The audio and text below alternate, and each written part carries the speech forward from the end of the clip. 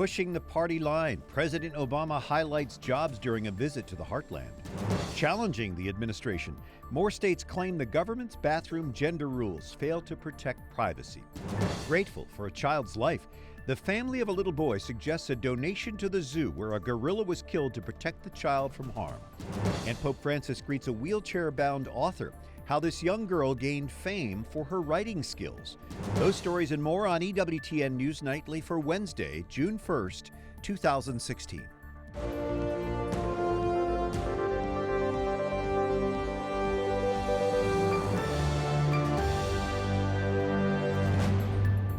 Good evening. Thanks for joining us tonight. I'm Brian Patrick.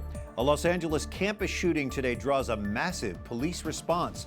Officers swarmed onto the UCLA campus after the first reports of a shooting there. Investigators later confirmed 2 men had been shot and killed. Their bodies were found in a small office in an engineering building. To be honest with you, it's so surprising. You know, you wouldn't expect something like this here. You see it every day on the news, and you just see it in different places, and so it's so horrific. And to have it happen here, it's crazy, you know. I think the important thing for people to take away from this is that the campus is now safe. The issue that has occurred has been contained. LA Police Chief Charlie Beck calls it a murder-suicide. Police found a gun and what appears to be a suicide note. Other stories our EWTN News Nightly team is covering in today's world. President Obama travels to Indiana today, highlighting economic progress and making a case for a Democratic successor. Chief White House correspondent and political director Lauren Ashburn reports. Brian, it's his first real foray into the 2016 race for the White House, and he's doing it by going back to a city hard hit by the economic fallout. The president was just weeks into his presidency in February 2009 when he visited Elkhart, Indiana, a city hard hit by the recession. Republicans and Democrats have acknowledged that there's a very high bar that we've set for ourselves. Flash forward to today. A noticeably older-looking president outlined how his economic plans would turn the country around financially. It is good to be back in Elkhart. America's economy is not just better than it was 8 years ago. It is the strongest, most durable economy in the world. That's point number one.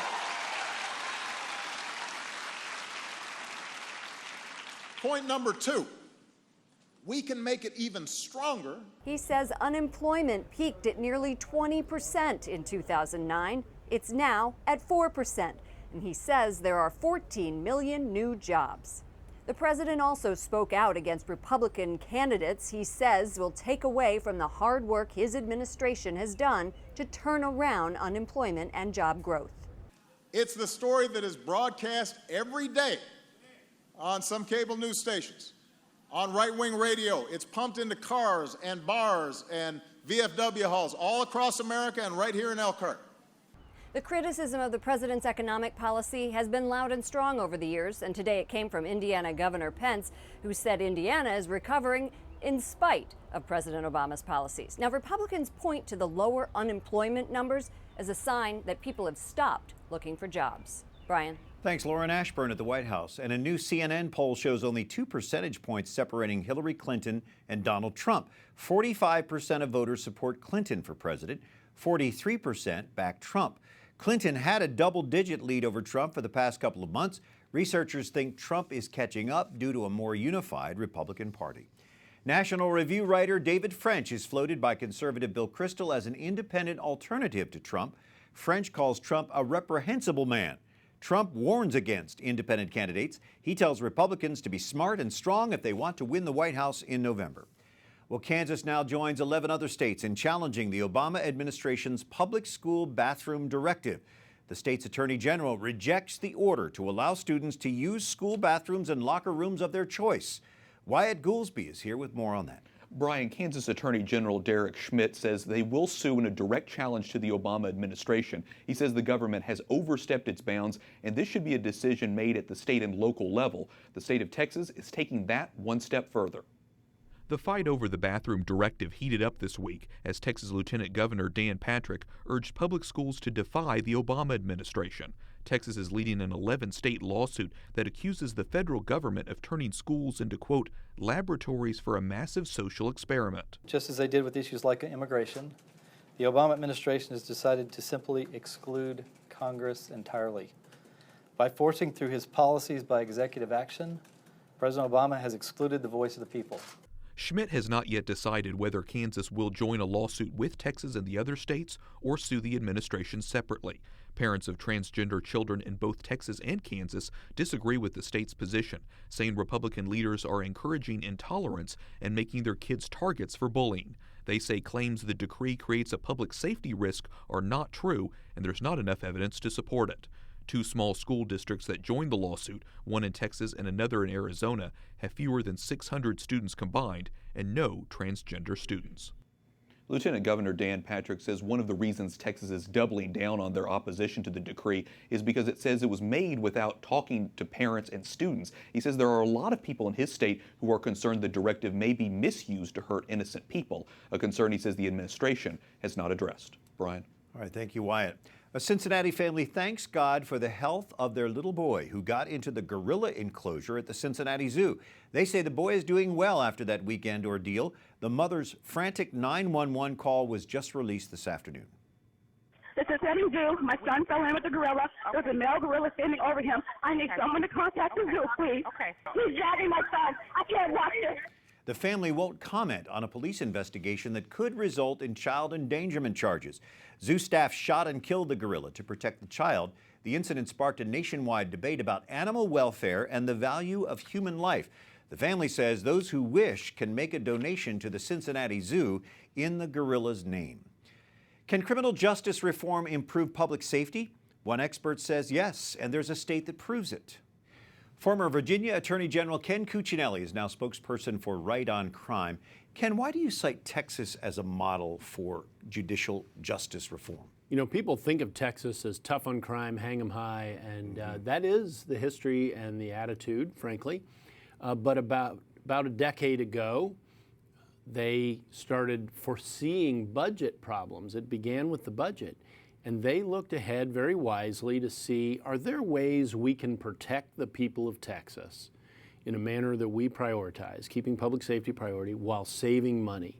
And what they discovered with some experiments was they could actually reduce the crime rate by preparing people to come out of prison better and reduce recidivism. That means less people come back to prison. And they reduced the number of prisons they need in Texas.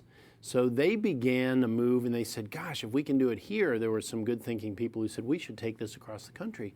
And as a conservative, you know, being able to point to Texas as a place for criminal justice reform instead of, say, California is a lot more convincing to other conservatives. And let's face it, most people will eventually be released from prison. So how do you balance this punishment or consequences for a crime and rehabilitation? Well, certainly you want to take a case-by-case approach. You don't want to have mass application of presumptions to any particular group of people. There are some that you get into violent crimes and that becomes more difficult because public safety is the first priority. That's why we have a criminal justice system. It's part of why we have a criminal justice system. The other part is to punish people and to put them on a path to be rehabilitated. Over 95% of everyone in prisons in America today is coming out. And I'd like them to be better people when they come out than when they went in. And taxpayers get a better deal when they are. It also incorporates just the Christian concept of no one's beyond redemption. We shouldn't lose hope in these folks. So your Catholic faith informs your passion for this, and also talk about the family and the role in all of this. You know, as you and I were talking beforehand, if you looked at one statistic that predicts crime, it's where is the family? Kids who come from either non-existent families or broken families have much higher likelihood of entering a life of crime. And if you want to fix poverty, if you want to fix criminality, you fix families. And really, families have to fix families. And faith is such a critical component of that. Government can't do that. Only those of us out in the culture can do that. And it's a battle that we have not just on the government side, but just out in our neighborhoods, in our communities. It starts with the family. From Right on Crime, former Virginia Attorney General Ken Cuccinelli, thanks for being with us tonight. My pleasure. Good to be with you. And investigators believe they're closer to locating those black box flight recorders that could reveal the cause of an Egypt Air plane crash. A French ship sent to the Mediterranean Sea is picking up underwater signals, possibly from those black boxes. Last month's crash killed all 66 passengers and crew on board. Some human remains and pieces of the plane have been recovered. The cause of the crash is still unknown. Some analysts say early signs point to an in-flight explosion, possibly terrorism. We're also watching a humanitarian crisis in Iraq. UNICEF says 20,000 children are among civilians trapped in Fallujah. Iraqi forces are trying to retake the city from ISIS militants. They say ISIS is using civilians as human shields. The terrorists have threatened those who try to leave with death. Jim Phillips is a senior research fellow for Middle Eastern Affairs at the Heritage Foundation. Let's talk about the Battle of Fallujah. Why is this such a stronghold for ISIS? Well, I think Fallujah historically has been a hotbed of Islamic extremism. It was that way after the 2003 invasion, when al-Qaeda in Iraq first seized Fallujah, and before it was well known, and the U.S. Marines had to liberate Fallujah back in 2004. But also Fallujah is the gateway to the border with Syria and with Jordan, so strategically it's an important communications crossroads. And so there's this offensive that the Iraqi military has launched. How are they trying to retake this important city? Well, they've managed to surround it, but and are slowly probing the outskirts. The Army's elite counterterrorism force is coming up from the south, and but on the outskirts in the north and to the east, there are Shiite militias, some of them controlled and supplied by Iran. And there's nervousness that if those militias go in, because they're Shiites and historically have feuded with the Sunnis that predominate in Fallujah, there's a danger that they may cause rising, even worse sectarian tensions. Meanwhile, you've got tens of thousands of civilians who are basically being held hostage. Apparently, ISIS is saying, we'll kill you if you try to leave. Many of them are children. Is there any way that they could be brought to safety that you're aware of? It will be very difficult, and I think that any military force that went in there trying to free the children or free the hostages would expose themselves to much greater risks. I guess ultimately the answer is to defeat ISIS as quickly as possible because they are holding hostage not only the town of Fallujah, but hundreds of thousands of people in Iraq and Syria. Do you foresee this battle ending anytime soon? No, I think this kind of campaign could go on for months. The city of Ramadi, which had a similar number of ISIS fighters, about 500 or 600, as there are in Fallujah, that took 5 months. So this could be a long-running story. Seems like a small number, but that's a fierce force. If you're a fanatic and they've been digging tunnels for 2 years, they can pop up behind advancing troops, so they have a lot of ugly surprises in store for the Iraqi army. Jim Phillips with the Heritage Foundation. Thank you, Jim. Thank you. Coming up, Donald Trump facing more criticism over newly released revealing documents about Trump University. And the Pope opens the Jubilee for priests. We share his message to them during this year of mercy.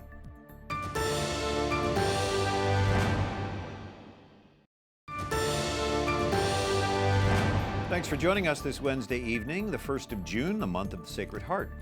Fraud charges are filed against Donald Trump and his Trump University. 3 lawsuits claim the now defunct university failed to deliver on promises to provide a premier real estate education.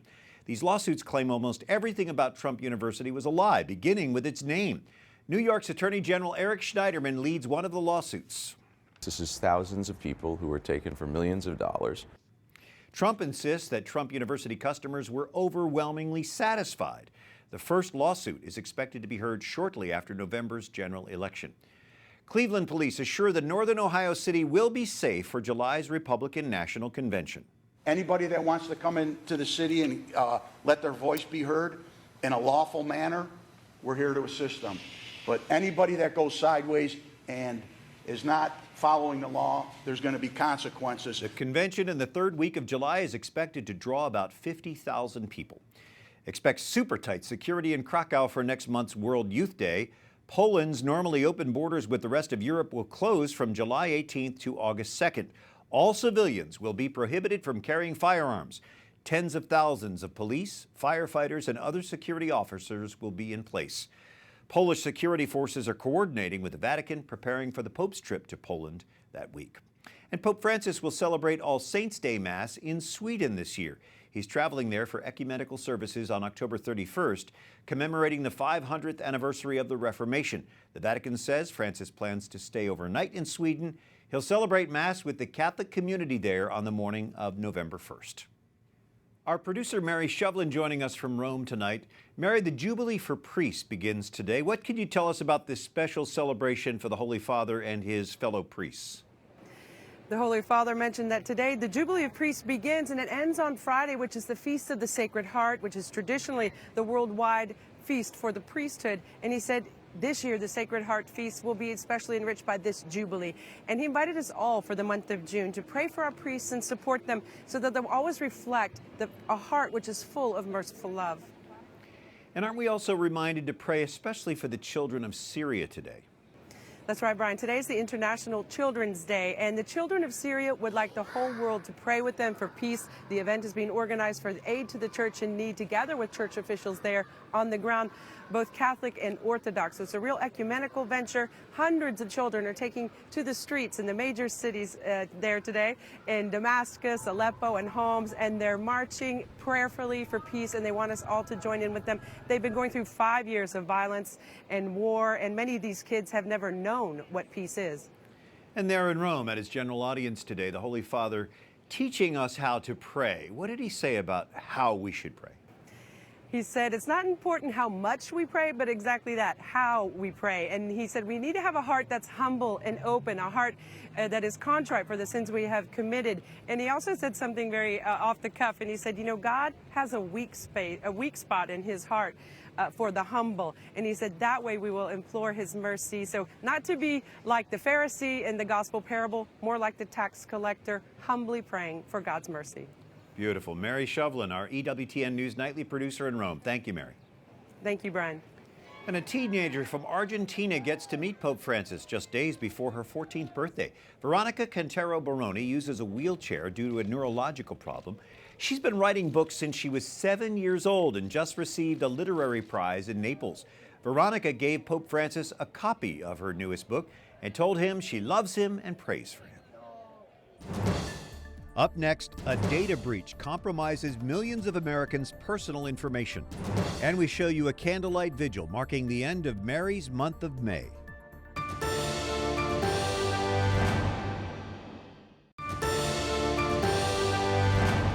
It is good to have you with us this evening. I'm Brian Patrick, and another tech company confirms a data breach affecting millions of users. MySpace says it learned about the breach just before the holiday weekend. A hacker accessed email addresses, usernames, and passwords for accounts created prior to June 11, 2013. MySpace is canceling all old passwords, but that may not help people who use the same passwords for other online accounts. MySpace suggests changing those passwords immediately. The number of childhood concussions may be much higher than previously reported. Statistics have relied mostly on emergency room data, but researchers say that only provides part of the picture. That's because most patients seek treatment in primary care. Researchers say that's appropriate unless there are severe symptoms such as seizures or blurred vision. The other finding we found is that a third of the concussion cases were children under the age of 12. And again, these are a group that we aren't necessarily counting, nor are we directing our prevention resources towards. The researchers say their findings show that doctors need to be fully aware of concussion symptoms in children and proper treatment. Those symptoms include headaches, dizziness, or confusion after a blow to the head. A New Jersey hospital confirms a baby delivered there appears to have birth defects associated with the Zika virus. The mother from Honduras sought care here in the U.S. The baby was born with an abnormally small head and brain, a condition known as microcephaly. A baby born in Hawaii earlier this year exhibited a similar condition connected with the Zika virus.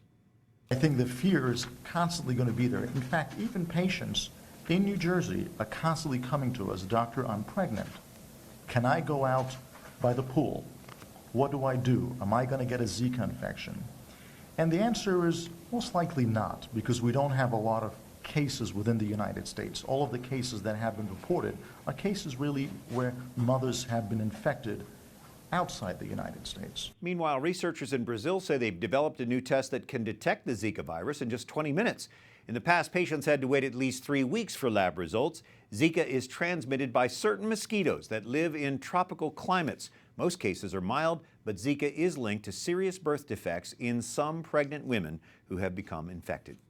Pro-life advocates rally against euthanasia on Canada's Parliament Hill today.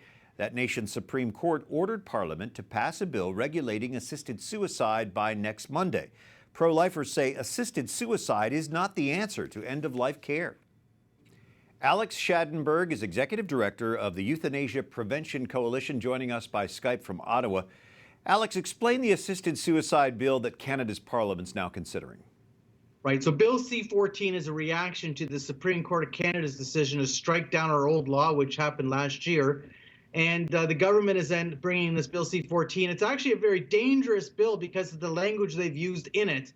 What they've done is they've said a doctor or a nurse can decide that you can die by lethal injection, but anyone can actually do it. And there's nowhere in the world where, or any place that's even thought of an idea where anyone can lethally inject you so long as it was approved by a doctor or nurse practitioner. It's a very wide idea. And there's a big battle going on over this whole question because they put in a definition of terminal in the bill, even though the definition of terminal really doesn't mean anything. And they did that in order to say, oh, we're trying to have safeguards, we're trying to control this. But the definition of terminal only says that your death is reasonably foreseeable. Well, my friend, most of our deaths are reasonably foreseeable, so the definition means nothing. It's really a pretty disastrous bill, and it's I would say I called it it's a bit of a mixture of an attempt to say it's tight, but in reality it's wide open. Is it likely to pass before the Supreme Court's imposed deadline? The imposed deadline is June the 6th. It's impossible to pass by June 6th. So yesterday the Parliament voted on it, and so now it goes to the Senate. The Senate actually doesn't have rules to allow them to stop the debate, whereas in Parliament they're able to vote and close the debate. So in fact, in Parliament it might last, in the Senate it might go a very long time. The senators have already said that the earliest possible time is June 20th. What message are you sending with the rally the pro-life groups are doing today? Well, our message is basically that this bill actually, first of all, we're not worried about the June 6th deadline. We're thinking that if you're going to impose death on us, you better do it with a bill that's actually going to protect somebody. But secondly, euthanasia and assisted suicide is a mistake from the beginning. We shouldn't even be going there. In fact, there is a way to legislate without even allowing euthanasia and assisted suicide. That should be the way we're going. Nonetheless, we think that this Bill C-14 is a disaster. Without being changed, it should be defeated. Alex Schadenberg, Euthanasia Prevention Coalition, Skyping with us from Ottawa. Thank you, Alex. Thank you very much. And thank you for watching tonight. For the EWTN News Nightly team, I'm Brian Patrick. Tonight, we're going to leave you with some beautiful pictures from last night's candlelight procession at the Vatican. People praying and singing, walking through the Vatican gardens, marking the end of Mary's month of May. Good night and God bless.